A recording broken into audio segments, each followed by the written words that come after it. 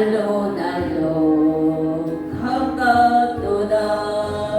할렐루야 찬양하세. 내 모든 죄 사함받고 주 예수와 동행하니 구원이나 하늘나라. 높은 산이 거친 비 조막이나 궁궐이나 내 주 예수 오신 곳이 그 어디나 하늘나라. 할렐루야 찬양하세.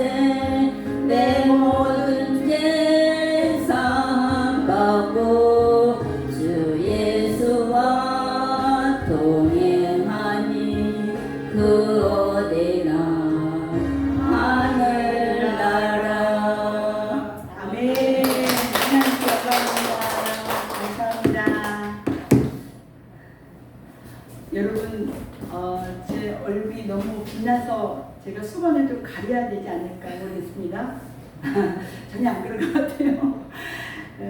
제가 월요일날 이제 그 수련회를 가면서 그냥 가서 조금 쉬기도 하고, 정말 솔직히 고백하면 휴가처럼 좀 이렇게 보낼 수 있겠구나 이런 생각을 하고 갔습니다. 그런데 제가 기도하는 것이 딱 하나 있었어요.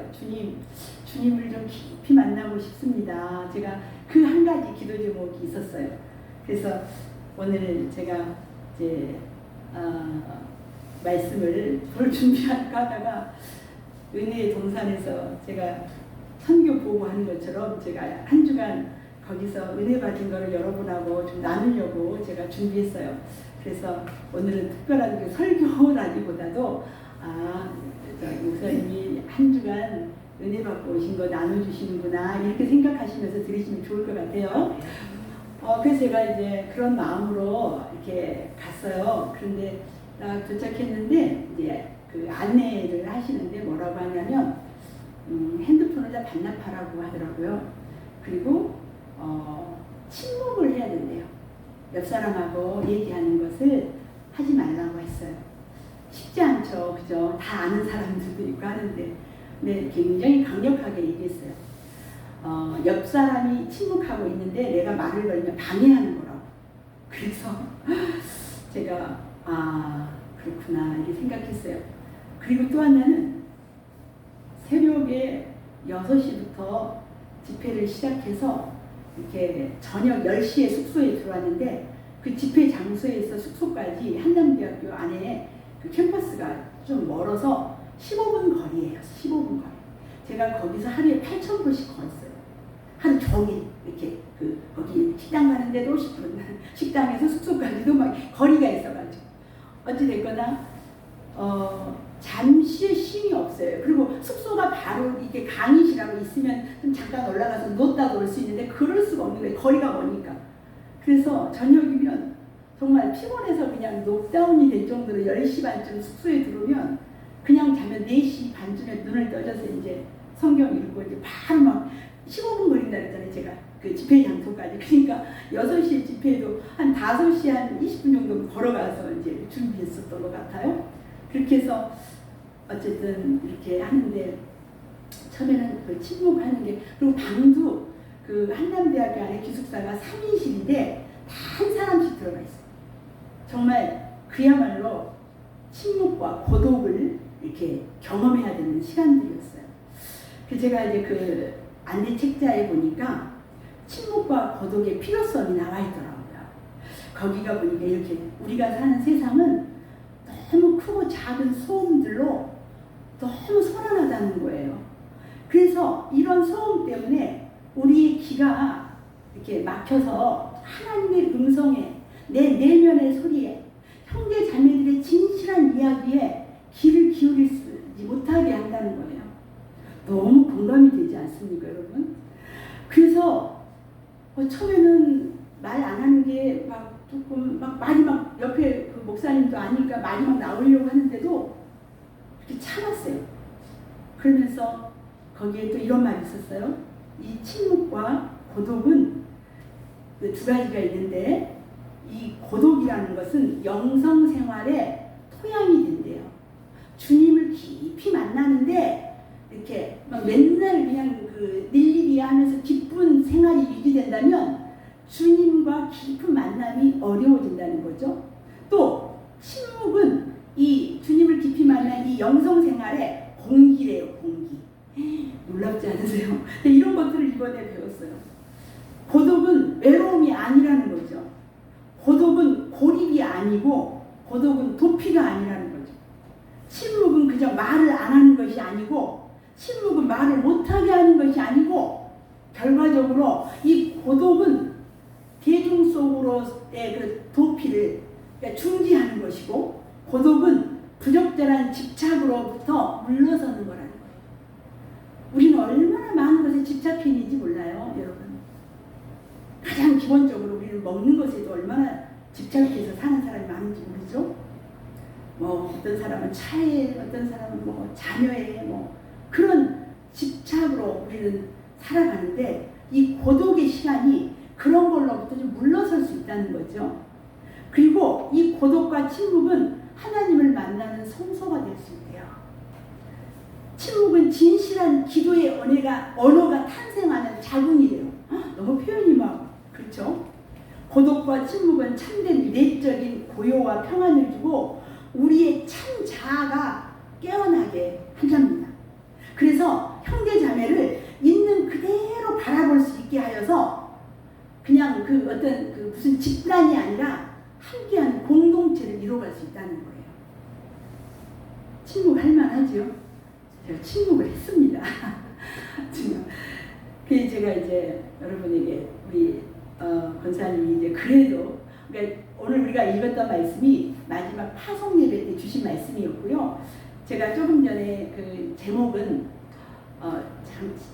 같이 한번 읽어볼까요? 시작. 생명을 전하는 사람. 여기에다 여러분 자신의 이름을 넣으셔야 돼요. 저는 거기다 제 이름을 넣거든요. 한번 자기 이름을 넣어서 한번 읽어볼까요? 시작. 생명을 전하는 영분자. 네. 여러분 한 사람 한 사람이 생명을 전해야 돼요. 왜냐하면 생명이 다 있기 때문에 예수의 생명이 여러분들 속에 넘어갑니다. 네. 그래서 제가 첫날도 오전에 그 예배가 있고 또 뭐 기도회가 있고 아까 우리 이기석 집사님이 세미나 얘기했는데 이거 이제 수련회였는데 그 세미나가 있어요. 영성 세미나라. 그리고 또 저녁에 또 오후에는 성서 강의가 있어요. 아무튼 하루에 그 빽빽한 시간들이 있는데 이걸 어떻게 정리를 해볼까 했는데 제가 수준이 그렇게 높지가 못해서 그냥 하루 5일 거를 그냥 이렇게 정리를 좀 해봤어요. 여러분 그 중간중간에 여러분들 속에도 뭔가 터치된 게 있다면 아 저거 주님이 오늘 나한테도 주는 은혜구나 이렇게 받으시면 됩니다. 아멘. 네. 그래서 첫날은 만남, 은총이죠. 우리가 주님을 만난 거 은총이잖아요. 시편의 말씀 가지고 영락교회 김은송 목사님 지금 현재 담임 목사님께서 말씀 주셨는데요. 우리 하나님 말씀을 오늘은 많이 볼 거예요. 같이 읽습니다. 시작. 내가 전심으로 주께 감사하며 신들 앞에서 주께 찬송하리라. 계속 내가 주의 성전을 향하여 예배하며 주의 인자하심과 성실하심으로 말미암아 주의 이름에 감사하오리니 이는 주께서 주의 말씀을 주의 모든 이름보다 높게 하셨습니다. 내가 간구하는 날에 주께 응답하시고 내 영혼에 힘을 주어 나를 강하게 하셨나이다. 아멘. 이 말씀을 가지고 첫째 강의, 그러니까 오픈 강의였죠. 리셋하는 시간을 가지라고 했어요. 여러분 우리 연세 드신 분들은 리셋이라는 말이 우리가 컴퓨터가 막 에러가 나잖아요. 그러면 다 지우고 다시 시작하는 거 이게 리셋이라고 하거든요. 우리의 삶을 다시 그 수련의 기간에 리셋하라고 처음으로 다시 돌아가라고 이렇게 그러면서 이 당신의 경험을 얘기하는데 자기는 처음에 목회의 초점을 교회 부흥에다가 두었다고 해요. 그런데 나중에 그것이 아니라는 것을 알았다는 거죠. 저도 우리 행암교회가 부흥되는 거 정말 간절히 사모하고 그렇게 하고 있습니다. 그런데 하나님이 원하시는 원하시는 부흥이어야 된다는 거죠. 하나님이 원하시는 부흥이 무엇일까를 묵상해보라는 거죠. 우리들이. 그러면서 목사로서 평가 기준은 말씀이어야 된다. 정말 선포될 말씀을 잘 선포했는가? 성도로 하여금 예수님을 바르게 믿도록 잘 전하는 데 초점을 맞췄는가?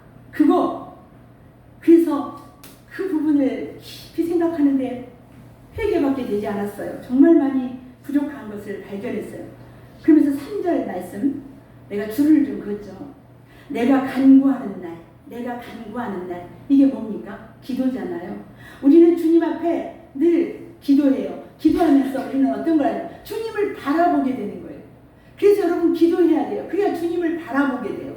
우리는 내가 간구하는 날, 내가 주님을 바라볼 때 주님은 어떻게 해요? 주께서 응답해 주신대요.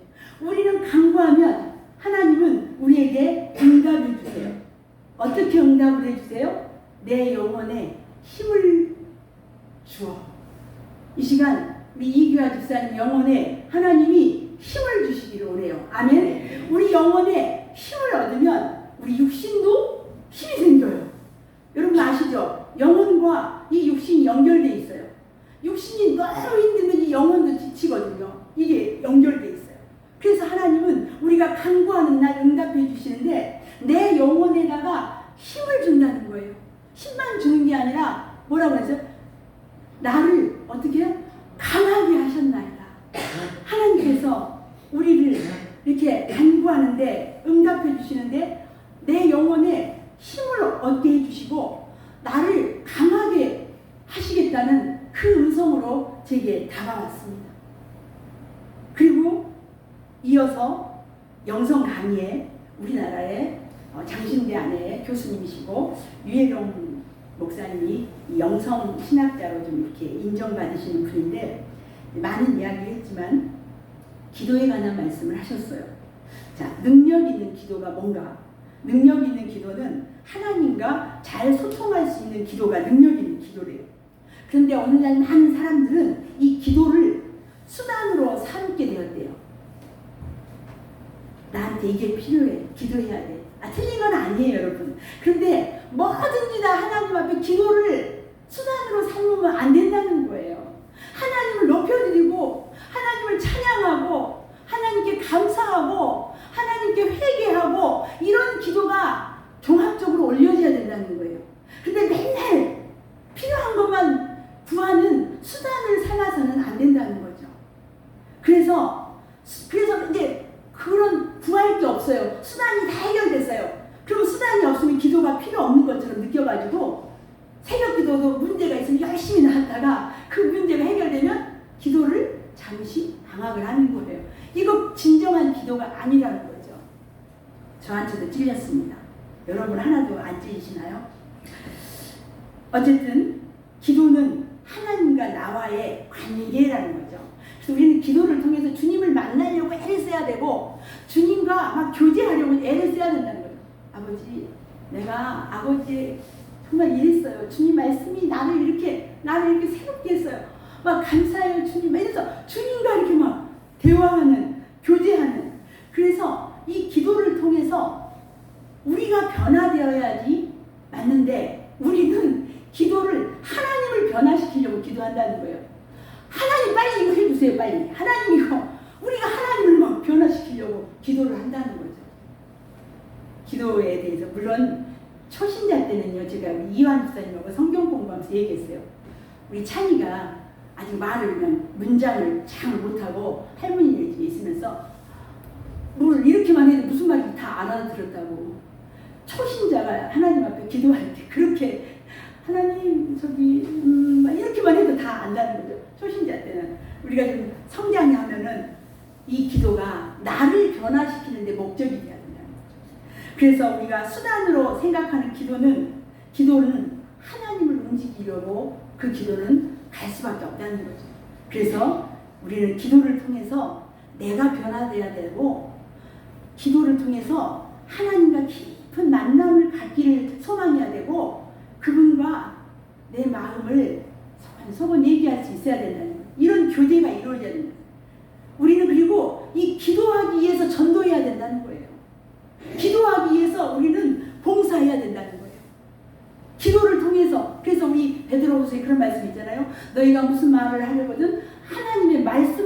것처럼 하고, 봉사하려거든 하나님이 공급하시는 힘으로 하는 것처럼 하라고. 그게 기도하기 위해서 우리가 봉사하고 전도할 때 그런 삶이 되는 거죠. 주님께서 기도를 통해서 우리를 만나주시는 것에 대해서 감사한 그런 시간. 그리고 이제 저녁에 이제 제가 아까 제목이 뭐라고 그랬죠?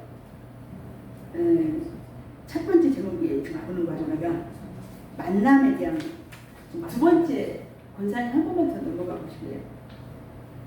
고백. 이게 지금 이제 고백이에요. 두 번째. 제가 이제 둘째 날 지금 제가 둘째 날, 네, 두 번째 날이 이제 고백이에요. 첫째 날은 만남이고 주님과 은총이었고, 두 번째 날은 이제 고백인데, 이 고백은 뭐겠습니까? 죄의 고백이죠. 죄의 고백. 그래서 우리가 정결하게 되는 거, 정화되는 거. 그래서 그 말씀 한번 또 보겠습니다. 자, 우리 5절까지니까 천천히 볼게요. 시작. 너는 이것을 알라. 말세에 고통하는 때가 이르러 사람들이 자기를 사랑하며 돈을 사랑하며 자랑하며 교만하며 비방하며 부모를 거역하며 감사하지 아니하며 거룩하지 아니하며 무정하며 원통함을 풀지 아니하며 모함하며 절제하지 못하며 사나우며 선한 것을 좋아하지 아니하며 배신하며 조급하며 자만하며 쾌락을 사랑하기를 하나님 사랑하는 것보다 더하며 경건의 모양은 있으나 경건의 능력은 부인하니 이 같은 자들에게서 네가 돌아서라. 아멘. 제가 이 5절 말씀을 여러분에게 다 펼쳐보였으면 좋겠는데 이 PPT상 그게 안 됩니다. 여러분, 여기에는 제가 10가지 이상 나열되어 있어요. 그런데 이 말씀을 저녁에 묵상하는데 여기에 저한테 해당되는 게 너무 많은 거예요. 정말 부끄러울 정도로 2절 말씀 여기서 펼쳐보시겠습니까? 제가 하나님 앞에 어떤 죄를 하나님이 보게 하셨냐면, 자기를 사랑한다는 거, 자기를 사랑한다는 데서 걸렸어요. 제가 나를 사랑하니까 자랑도 하게 되고 교만도 하게 되고 누구를 이렇게 판단해서 비방도 하고 이런 내 모습을 보게 된 것이에요. 그러면서 제가 그냥 뭐 조금 잘하면 너가 나보다 좀 더 내가 너보다 나하는 그 우월 의식에 내가 또 속에서 막 그러고, 또 내가 조금 약간 훌륭하고 좀 괜찮은 사람 보면은 이렇게 나가 이렇게 못나 보이지, 열등 의식 속에 빠져. 그냥 똑같이 그 사람 그대로 봐야 되는데 비교하게 되는 그 내 속에 나만 아는 그런 게 고백되었어요. 정말 너무나 많이 울었어요. 하나님 앞에. 하나님 그래서 저를 만나주셨던 것 같았어요. 그래서 고백하게 됐어요. 하나님 앞에. 정말 그게 괴로웠어요. 사람을 있는 그대로 볼 수 있어야 되는데 조금 저기 하면 우월의식에서, 조금 저기 하면 열등의식에서, 조금 저기 하면 비교해서 그게 너무 나를 괴롭혔어요. 그런데 이 말씀을 보고 회개하고 숙소를 가는데 그러니까 길가에 망초대꽃이 키가 그렇게 크진 않고 걸음이 별로 없었는지 키가 작은데 그냥 하얗게 피어 있는 거예요. 제가 그 꽃을 보면서 아, 그래, 너는 망초대꽃이야. 너는 강아지 불꽃이네. 그 꽃들을 보면서 그래, 우리 윤권사님은 주님의 윤권사님의 꽃이야. 우리 이정희 성도는 이정희 성도의 꽃이야. 각각 다 다른 애 꽃이 이렇게 보여졌어요. 그러면서 제가 제 속에 그 비교의식, 우월의식, 열등의식에서 자유함이 좀 주어졌어요. 그래서 사람을 있는 그대로 볼 수 있었어요. 와, 그게 너무 어려웠는데 하나님이 거기서 저를 그걸 만져주셨어요. 정말 여러분 한 분 한 분들이 그대로 보여주는 거예요. 심지어 제가 내려올 때 두려웠어요. 그게 막 잘못되면 안 되니까 막 그런 마음이었어요. 그래서 여러분 왜 하얀 옷에 얼룩이 조금만 묻어도 탁 눈에 띄는 것처럼 내가 그렇게 하나님 앞에 울면서 회개하고 내 마음이 자유하고 나니까 너무 조심스러운 거예요. 뭐가 조금만 튀겨도 보여질 것 같아서 다행히 침묵을 하고 있다는 게 너무 감사한 거예요. 그래서 하나님 앞에 막 걸어가면서 주님과 막 대화가 되는 거 제가 아버지 너무 감사해요. 이러면서 제가 저 죄들을 고백하면서 이렇게 바라봤어요. 그러고 나서 여러분들이 계속 왔다 갔다 해야 돼요. 저는 하루에 새벽에 점심에 막 계속 가는 걸 여러분 따라오시는. 이제 오전에 이제 성서 강의가 있었는데 레이기의 강의를 가지고 레이기서 여러분 거기서 어떤 목사님이 아주 유머러스하게 이렇게 말해서 아유 레이기는요 너무 어려워서요. 내 이가 떨려요. 내 이가 떨리네. 내 이기서가 그렇게 어렵다고. 그런데 이번에 레이기서 강의를 들어보니까 내가 이제 레이기를 모르면 위기가 올 것 같아요. 레이기를 모르면 위기가 올 것 같다고 이러면서 그렇게 고백을 했어요. 어찌됐거나 이제 레이기는 그 히브리어 말로 그리고 그가 부르셨다 이런 뜻이거든요. 레이기에 이제 우리는 그냥 그 첫 글자를 따서 레이기로 하는데 우리 모두를 그가 부르셨다는 거예요. 우리 한 사람 그 제목에서도 은혜가 됐고요. 이제 저는 이거를 좀 이제 간단하게 이제 좀 나눠야 되는데 5가지의 제사를 이제 배웠어요. 여러분에게 제가 한 가지만 나눌 거예요. 자, 번제. 따라서 해보세요. 번제. 이 번제는 다 태워서 드리는 제사예요. 죄로. 가죽만 제사장에게 준다네요. 두 번째는 소제. 다 같이 소제. 좀 느껴지죠? 소제. 곡식을 나달로 그냥 드리지 않고 가루로 빻아가지고 이렇게 가루로 소제를 드리는 거예요. 우리가 하나님 앞에 불뚝불뚝한 알갱이처럼 드릴 수가 없다는 거예요. 그래서 하나님은 우리를 다 갈아가지고 가루로 돼갖고 예배로 받으신다는 거예요. 그래서 그 그리스도의 향기라는 말에 누그러뜨린다는 말이 있는데 그 부드럽게 하기 위해서 하나님이 우리를 누그러뜨려서 그 냄새가 이렇게 나는 거예요.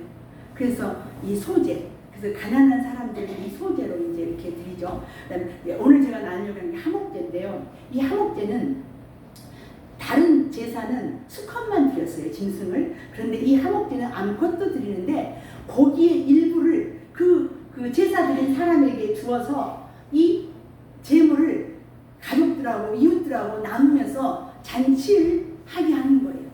이게 하목제예요. 그 기쁨의 제사인 거죠. 오늘 우리 집에 기쁜 일 있어요. 내가 하나님 앞에 오늘 제사 드려요. 주님 너무 감사해요. 그래서 제사를 드리고 그 제물을 갖다가 주는 거예요. 이 제사 드린 사람한테. 그럼 이제 막 이웃집 사람들하고 다 나눠 먹는 거예요. 여러분, 우리가 주일날 끝나고 사랑관에 가서 식사 나누는 게 그냥 점심 주일날 한 끼 때우는 게 아니라 이게 하목제 선상으로 간다는 거예요. 은혜가 되는 거예요, 여러분. 그래서 기쁨의 제사라는 거죠. 하나님 앞에 이제 예배를 통해서 다 제사 안 받고 너무 기뻐서 가서 음식을 나누면서 교제하는 거예요, 막 우리가. 그런 제사가 바로 하목제였어요. 그렇구나. 그냥 우리는 주일날 한 끼 때우는 건 줄 알았는데 하목제로 그렇게 해석을 또 그 교수님께서 하시더라고요. 그래서 이 제사는 평화의 제사라고 하는 거예요. 그래서 교우들이 함께 음식과 삶을 나누면서 하나님이라는 이 같은 근원에서 한 형제 자매로 우리가 고백을 한다는 거죠. 그래서 잘 지냈냐고. 우리 여기서는 예배 중에 말을 못하니까 밥 먹으면서 한 주간 어떻게 잘 지냈냐고 이렇게 교제를 한다는 거죠.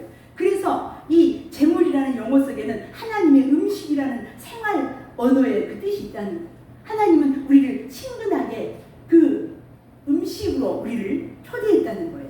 그리고 이제 네 번째는 속죄제가 있는데 이거는 이제 사람의 죄, 이걸 하나님께 용서받기 위해서 하나님과 사람이 그러니까 실수로 죄를 지었어요. 하나님 앞에. 그때 이제 부정함을 없애기 위한 제사. 마지막 이제 5번째 속건제는 속죄제가 실수로 죄 지은 사람이 제사를 드렸다는 데 반해서 어떤 그 손해를 끼친 경우, 뭐 예를 들어서 이제 누가 뭐 교회에서 어떻게 해서 뭐 잘못해가지고 뭐를 이렇게 기물을 파손했어요.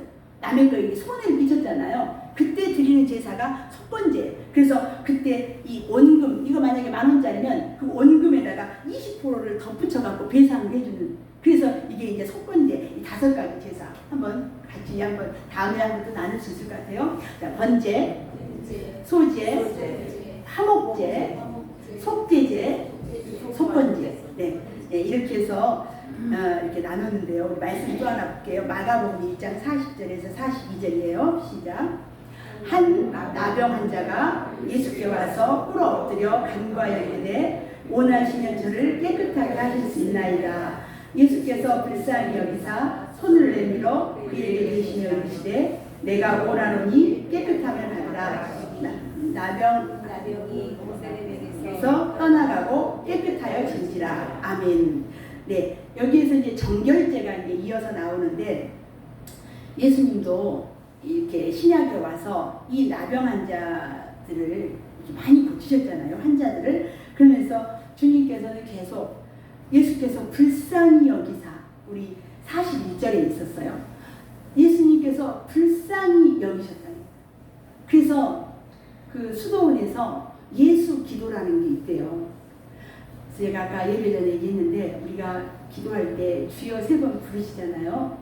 이게 우리가 그냥 기도를 집중하기 위해서도 부르고 여러 가지로 이제 부르는데 이 수도원에서 또 정말 주여 나를 불쌍히 여기소서, 주여 나를 불쌍히 여기소서, 이 기도를 계속 반복해서 할 때 주님께서 임재하시면서 나를 이렇게 불쌍히 여겨봐서 회개하게 되는. 그래서 제가 오늘 이따가 말씀 나누고 한번 우리도 10번만 주여 나를 불쌍히 여기소서 그렇게 하고 한번 기도를 좀 해보려고 해요.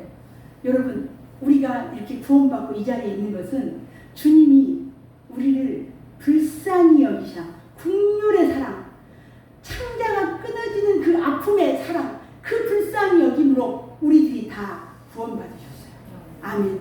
그래서 주님은 우리 대한민국만 사랑하는 게 아니라 지금 일본에 그 좋지 않은 일이 벌어져 있지만 그 일본 사람들도 주님은 그 긍휼의 사랑으로 사랑하신다는 거예요.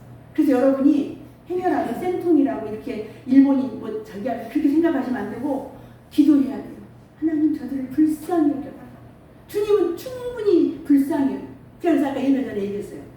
살인자 유영철 씨도 어떤 그 목사님 있어요. 좀 등치도 좋고 지금 이름을 모르는데 그 유영철 씨가 어떻게 해서 그 목사님을 얘기 들었는지 6개월 동안 독방에서 말 안 했는데 그 목사님을 만나서 입을 열고 자기를 고백하고 그러면서 그 목사님과 계속 교제하면서 편지도 하고 이러면서 그가 예수님 앞에 변화돼서 그 안에서 전도도 하고 그렇게 산다는 거예요. 우리가 주님이 불쌍히 여겨달라고. 우리가 저 행한 일 믿지 않는 영혼들 아유 저 사람들 이게 아니라 주여 저들을 불쌍히 여겨주소서. 우리 이렇게 기도해야 된다는 거예요. 셋째 날 벌써 셋째 날이 됐어요. 권사님, 네. 이때는 예수를 더 알기 원하는 그 시간이었는데 주님의 공생이 그래서 나를 위하여서 사람이 되신 우리 주 예수 그리스도를 더욱 사랑하고 더 가까이 따를 수 있도록 그를 더 잘 알게 해달라고 기도한 날이었어요. 그래서 이날 말씀 볼게요. 마태복음 14장 13절 14절입니다. 같이 읽습니다. 예수께서 들으시고 배를 타고 떠나사 따로 빈들에 가시니 무리가 듣고 여러 거울로부터 걸어서 따라간지라. 예수께서 나오사 큰 무리를 보시고 불쌍히 여기사 그 중에 있는 병자를 고쳐주시니라. 아멘. 아멘. 여전히 저는 주님 앞에 저를 불쌍히 여겨달라는 그 말씀이 계속 저에게 다가왔어요. 그래서 계속 그걸 기도했어요. 그때 주님께서 이제 제사함에 대한 확신을 저에게 주시고 막 제가요 혼자 말 안 하고 침묵하고 있는데 제가 막 너무 기뻐서 막 피식피식 웃음이 막 마스크를 썼기 때문에 다행인데 나도 모르게 막 웃음이 나오는 그 기쁨을 주시더라. 그런 은혜를 제가 이번에 경험을 했어요.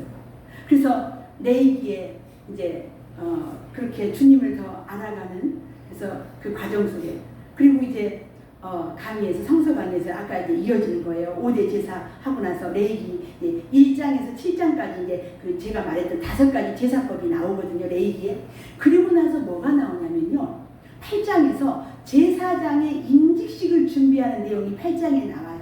그런데 이 임직식을 준비하는데 7일간 드리는데 이 제사장은 임직하는 동안 회막 밖에를 나가지 안 하고 회막 안에서만 머물러야 되는 거예요. 그런 규정이 지경이 있는 거예요. 저는 이 말씀을 보면서 주일을 준비하는 그 일주일간 해막 안에서 머물러 있는 그 제사장을 묵상하면서 주일을 준비하는 일주일을 제가 돌아보게 되었어요. 그리고 그 다음 장에 9장에서 임직식 제사를 드리는데, 여러분 제일 먼저 그 제사가 무슨 제사였냐면 제사장의 죄의 문제를 해결하기 위한 죄를 지내는 거예요.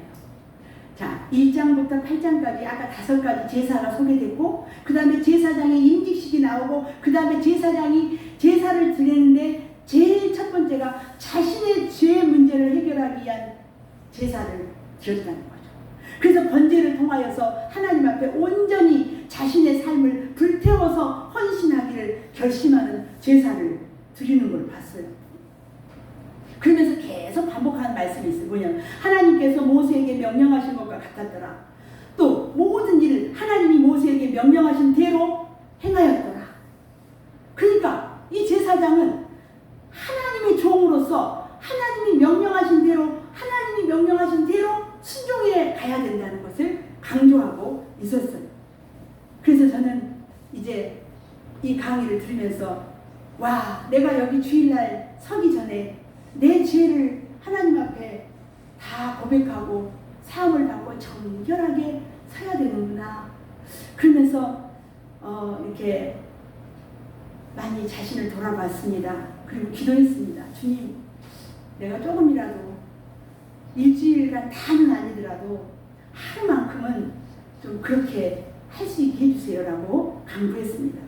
여러분, 모든 그리스도인이 하나님께 예배를 드리는 이유는 하나님께 영광을 올려드리기 위한 것이고, 이 예배하는 사람은 이 예배를 통해서, 제사를 지금 예배로 바꾼 거죠. 제가 이 예배를 통해서 하나님의 영광, 하나님이 우리와 함께 하신다는 사실을 경험해야 된다는 거죠. 이 예배를 통해서.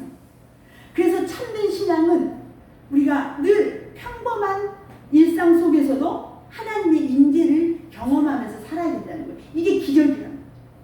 그래서 우리가 바울이 말한 유명한 말씀이 있죠. 같이 읽습니다. 고린도전서 10장 31절입니다. 시작. 그런즉 너희가 먹든지 마시든지 무엇을 하든지 다 하나님의 영광을 위하여 하라. 예, 이것은 먹고 마시는 문제에서도 무엇을 먹을 수 있는가, 무엇을 먹지 말아야 하는가, 이게 중요한 게 아니라 지금 이것을 먹음으로 하나님께 영광이 되느냐 그렇지 않느냐에 달려있다는 거예요. 그래서 우리가 드리는 이 교회 예배나 여러분이 집에 가시고 사회에서 사는 그 삶의 예배나 나 자신을 만족시키는 예배가 아니라 하나님을 기쁘시게 하는 예배여야 함을 잊지 말아야 됩니다. 지금도 여기서 그냥 아유 더운데 내가 이렇게 만족하지 못하고 막 어떤 이런 장면이 아니라 지금 이 예배는 하나님을 기쁘시게 해야 되고, 저 일상 속에서도 하나님의 임재를 늘 경험하면서 주님을 기쁘시게 하는 삶을 살려고 애써봐야 된다는 거죠. 그래서 이제 우리가 그런 삶, 예배에 대한 제사를 통한 예배를 돌아봤어요. 넷째 날 같이 읽습니다. 시작. 더 따르기. 이제 수준이 더 높아졌어요. 주님을 알아갔는데 그 깊이는 바로 순환이었어요. 순환. 주님의 순환. 우리 마태복음 26장 읽습니다. 시작. 이에 예수께서 이르시되 내 칼을 들어 칼을 가진 자는 다 칼로 망하느니라. 너는 내가 내 아버지께 구하여 지금 12군단 더 되는 천사를 보내시게 할 수 없는 줄로 아느냐. 내가 만일 그렇게 하면 이런 일이 있으리라 한 성경이 어떻게 이루어지겠느냐 하시더라. 그때 예수께서 우리에게 말씀하시되 너희가 강도를 잡는 것 같이 칼과 멍치를 가지고 나를 잡으러 나왔느냐. 내가 날마다 성전에 앉아 가르쳤을 때 너희가 나를 잡지 아니하였도다. 그러나 이렇게 된 것은 다 선지자들의 글을 이루려 함이니라. 이에 제자들이 다 예수를 버리고 도망하니라. 54절 말씀. 54절의 말씀으로 그때 하나님 앞에 제가 고백했습니다. 주님이 능력이 없어서 여러분 십자가에서 죽으신 것이 아니라 성경의 말씀을 응하게 하시고, 하나님은 철저히 정말 처음부터 모든 순간을 성경의 애언의 말씀을 이루기 위해서 결국 십자가의 죽음까지도 한 걸음 한 걸음 걸어가셨다는 거죠. 저도 주님의 그 부르심에 저를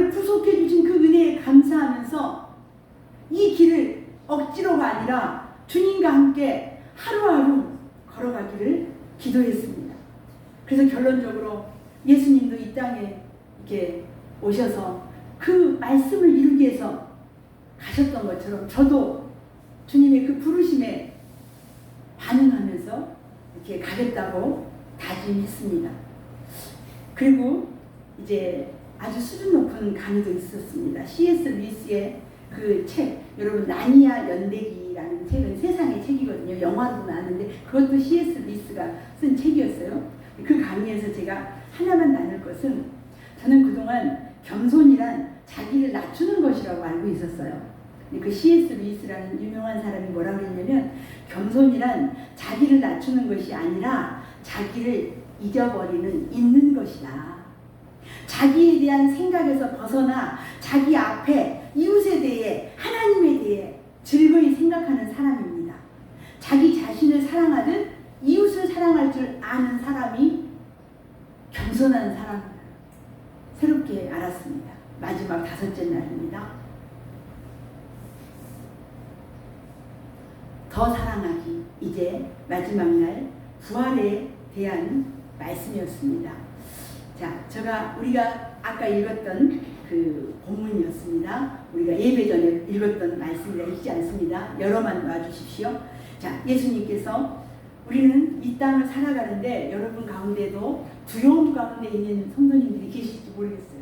건강에 대한 두려움, 죽음에 대한 두려움, 물질에 대한 두려움, 우리에게는 그런 두려움들이 늘 찾아올 수 있어요. 자, 여러분, 제자들도 두려워서 어떻게 했어요? 문들을 다 걸어 잠궜어요.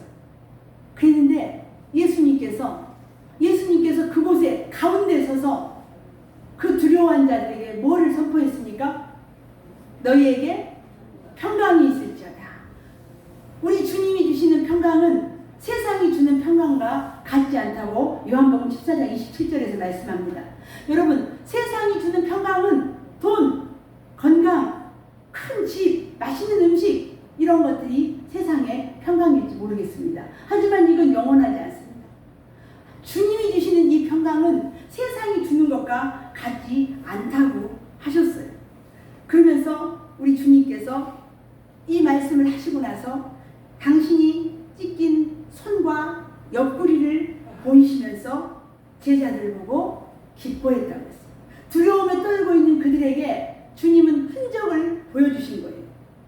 그러면서 다시 21절에 말씀하십니다. 같이 읽어볼까요?